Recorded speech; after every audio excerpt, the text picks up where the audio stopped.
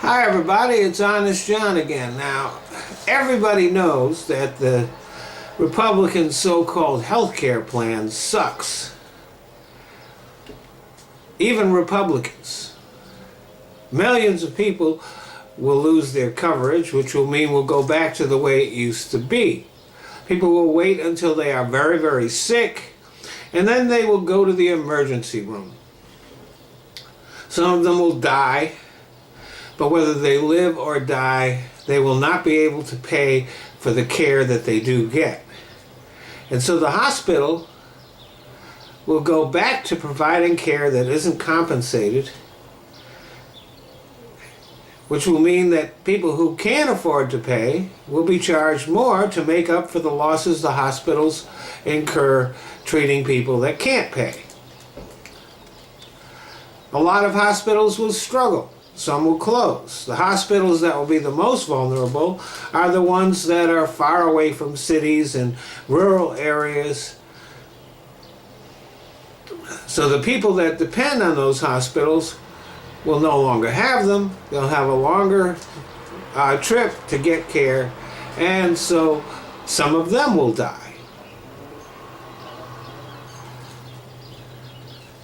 The individual mandate will end, and so many young healthy people will opt out of carrying health insurance, which will drive up the cost of insurance for everybody else.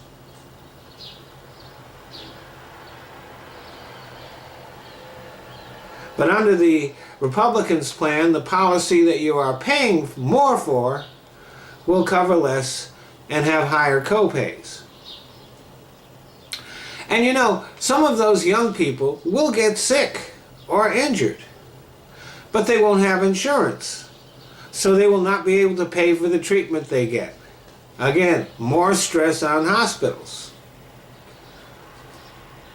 And assuming that they don't die, they will find themselves carrying a massive amount of debt for the rest of their lives.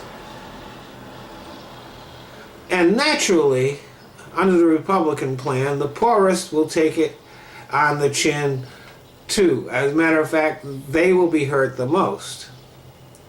The Republicans want to cut Medicaid by $880 billion. They say that it will bring down the deficit. But there are tax breaks for the rich in the Republican health care plan that come to $346 billion. And those are just the tax cuts in the health care plan. Don't forget, the Republicans will be doing what they call tax reform, which will be another round of massive tax cuts for the rich.